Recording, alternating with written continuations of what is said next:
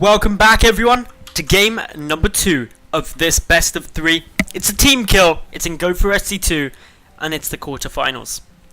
Spawning up to the top right hand position, representing alien invasion, we have the yellow Protoss player. He's up 1-0 in this best of 3 CPU. And his opponent to the top left, the green Terran player, also representing alien invasion, Lillekanin. So, CPU, wishing this was WCS so that Lillekanin couldn't watch the replay. Of course, the cool rule of WCS is between matches you can't actually go and watch the replays through as a player. The reason they did that is so that you aren't able to check like proxy location or kind of anything like that, which I think is actually pretty cool. And while it would be nigh on impossible to police in online cups, I think some of the bigger tournaments, if they don't already, should look to incorporate that because it would be really awesome to see. So quick little scout, early scouts actually coming from both players, both wanting to just make sure nothing scary is happening. Lillekanin did go gas first. Generally, that's a pretty big indicator that we're going to be getting a factory first.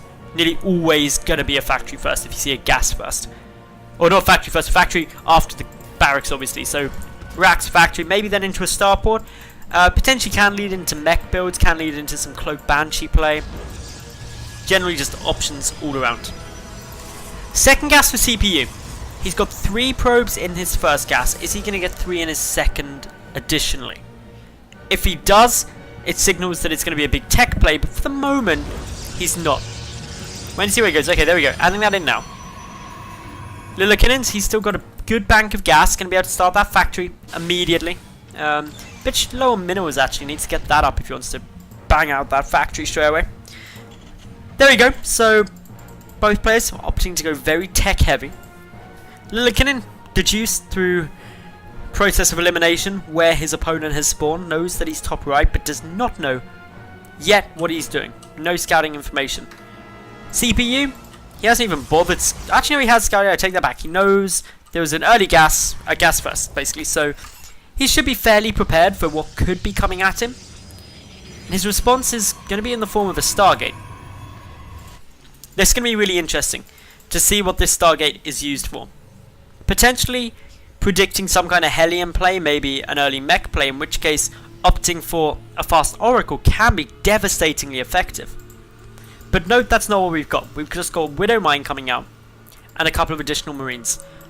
I'm surprised we don't see a starport started yet, if I'm honest, because for the most part, starports are the general follow-on to this. You get, okay, there we go, there is one coming now. And this is for the Widow Mine drops, which isn't going to time up that great at the moment. Second Widow Mine will be out well before medevac is finished, and so a slight bump there. Great thing though is the Widow Mine, once it's buried in a nice spot, can look to take down the Oracle.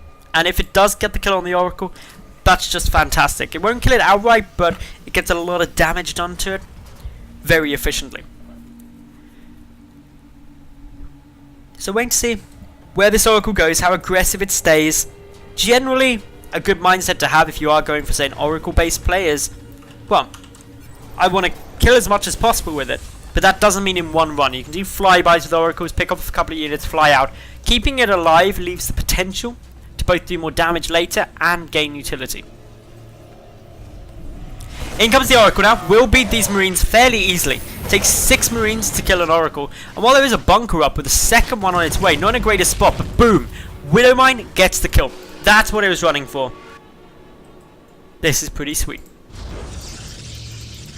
Stargate is now up. We've got a couple of additional gateways being added in now for CPU. CPU isn't choosing to use this Stargate for anything further though. No Phoenix on their way. Nothing more really grabbing my attention in terms of something crazy going on. Got Blink and a Forge though. So this could be some kind of big Blink timing. The trouble is the lack of an actual base is becoming an ever more pressing issue on both sides. Arguably slightly more pressing for CPU compared to Lillekanin, because Lillekanin can actually survive quite a while on 1-1-1 production. Adding in a Viking for that starport as well, just to make sure nothing crazy happening. But it's actually CPU who could be about to get aggressive. These additional 3 gates coming through. Blink nearly done. The forge finished, but no sign of a +1 or anything like that from it. Probably just going through a relatively aggressive blink play. The engineering bay nearly dead. A second stalker coming down just to pick that off. Doesn't want to reveal that there's a lot of stalkers there.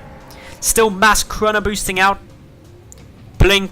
That'll easily be done by the time these units are over. We should see some more stalkers warped in as well. But my question has to lie with where's the high ground vision? And there just isn't really any at the moment. There is, however, a tank and a widow mine and a bunker, all sitting at the front. So an attempt to blink up into the main could be disastrous. Still, CPU adding in more units, edging closer. This widow mine doesn't have the greatest range, but will hit the ramp. Oh, the tank on burrows. That could be the worst point. Coming up here, allowing the blink up into the main. Great use of that ramp. Widow mine does get the shot down. Kills a single unit. The rest of the stalkers trying to stay out of tank range. That tank getting some great shots down, but a great blink forward from CPU allows him to navigate around that. Another siege up. Going to try and get some more damage onto these stalkers. They are trapped, but can blink directly on top of the tanks, trying to take them down as quickly as possible. Some more big shots come down. 2 tanks full though. A couple of additional marines in a nice position. Lillekanin will stop all of those stalkers, but more are already warping in. There's a decent number of marines here, plus a bunker and a banshee. What can these stalkers do? Up they come. A widow mine hit. Doesn't. Oh, it does connect actually. Does quite a nice bit of damage there. So that's annoying. CPU having to contend with a lone Viking, doing everything it can to harass. Just like, I will serve a purpose. Dark Shrine can't be seen. Really important just to point out. Quick little blink away, still can't be seen. And this is where the plan goes from now. It's like, well, he's only on one base. He's having to mule heavily because I just killed off a lot of workers. That means one thing and one thing only. He's not going to have detection. Interestingly though, the missile turret is already down and it has been seen by CPU. So he knows there is some detection. I'm guessing he just wants to use the Dark Templar. I could potentially use it for Zealot Archon all in. But off of one base may not be the easiest thing. Still waiting. Lillekanin just chilling. Both players on one base, although not for long. CPU expanding down to his opponents what would probably be a 5th base. Just those ninja bases coming through. Always a good thing to see, always a great thing to see in mirror matchups is the kind of funky builds you get through. No additional tanks have been made other than this lone one here. So just the one tank for the time being. Regardless though, CPU, he's pulling back, doesn't want to engage. Would rather play it cautiously. Utilizing the brush just to hide his position a little bit. Backs down, I don't blame him. Doesn't want to really trade against this army. It's a very scary army up against basically a Blink Stalker only build. Lone DT wandering in with no detection, can't be seen walking forward, and the important thing is that missile turret. That grants vision. SUV is going to try and kill it off, but with no surround it's going to be tough to do that. Quite a lot of kills already being racked through.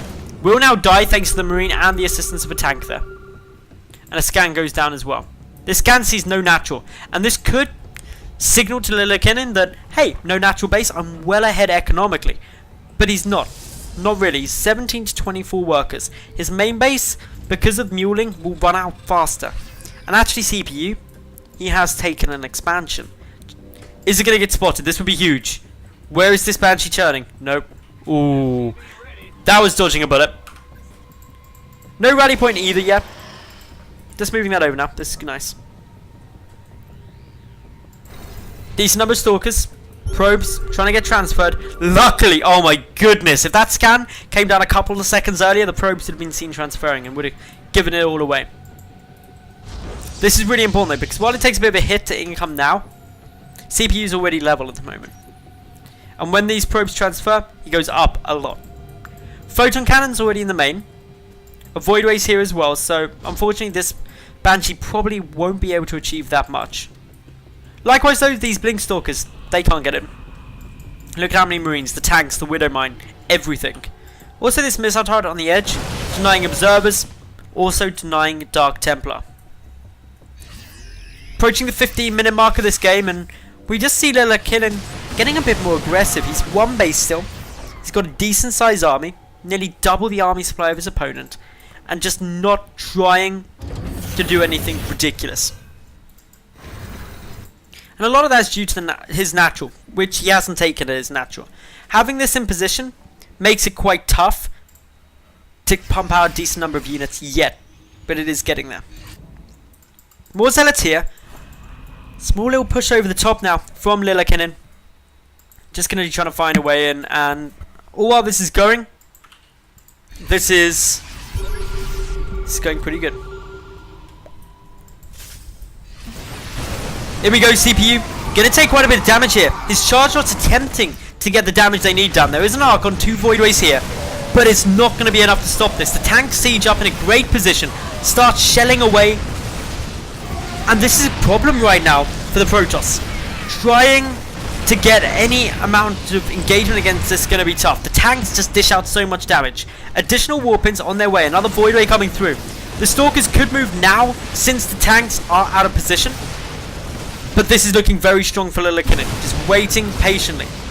Stalkers can't actually take out the tanks thanks to this point defense drone, preventing their attack from finishing and keeping the tanks alive. A couple of DTs die, the Raven granting that detection, allowing them to be focusing. And yeah, this is looking rough for CPU. Pulling probes, going to try and signal up some of that damage. In come the Stalkers, they start chipping away. Both the tanks now down, but there's just too much infantry here with the medevac support. Everything falls, and CPU GG's out, and Lillekanin levels out this series to be 1-1.